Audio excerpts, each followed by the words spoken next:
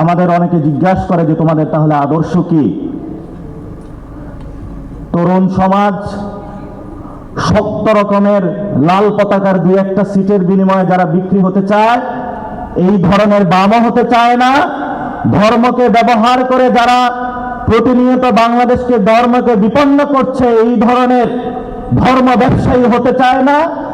Nationalist force বলে যারা আন্ডারে কভারে ভারতের সাথে আঘাত করছে, ইন্ডিয়ার সাথে আঘাত করে আওয়ামী লীগের সাথে আঘাত করছে, আমরা এই ধরনের ন্যাশনালিস্ট ফোর্স হতে চাই না।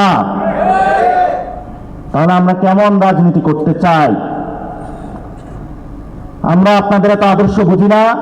কোথায় আমরা মস্কো যাব, কোথায় লাল পতাকা উড়াবো, কোথায় সাদা পতাকা উড়াবো, কোথায় আমরা সৌদি আরব যাব? আমাদের একটাই যাব, আমাদের তরুণ সমাজের চাকরি চাই। এটাই আমাদের একমাত্র আদর্শ এই মুহূর্তে বাংলাদেশে।